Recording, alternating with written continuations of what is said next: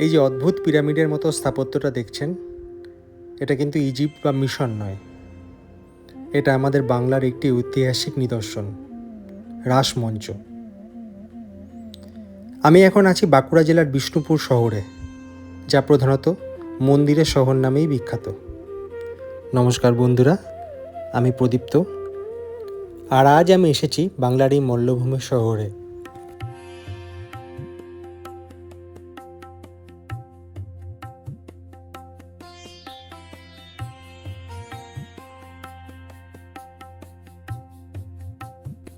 কেনই বা এই মন্দিরের আকৃতি পিরামিডের মতো, আর কেনই বা এখানে আর কোনো পূজা হয় না? তাই আজ আমরা খুঁজে নেব বিষ্ণুপুরের এই রাসমঞ্চের ইতিহাস।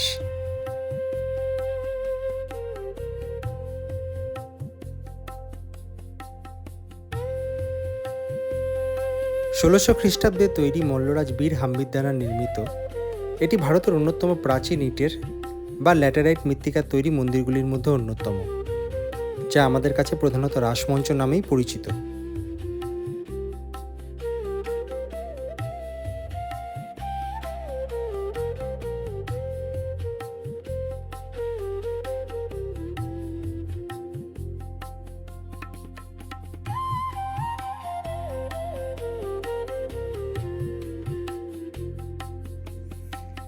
এই মন্দিরটি মূলত কোনো বিশেষ দেবতার নিত্য পূজার জন্য তৈরি হয়নি, বরং রাস উৎসবের সময় গোটা বিষ্ণুপুরের সমস্ত রাধাকৃষ্ণ বিগ্রহ এখানে এনে রাখা হতো।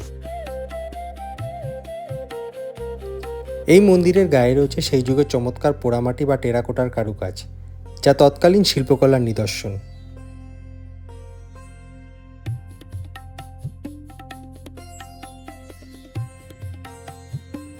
বর্তমানে এটি এখন আর্কিওলজিক্যাল সার্ভে অফ ইন্ডিয়া দ্বারা সংরক্ষিত একটি অত্যন্ত গুরুত্বপূর্ণ হেরিটেজ সাইট। কিভাবে এখানে পৌঁছবেন তার বিস্তারিত বর্ণনা আমার ডেসক্রিপশন বক্সে দেওয়া থাকলো।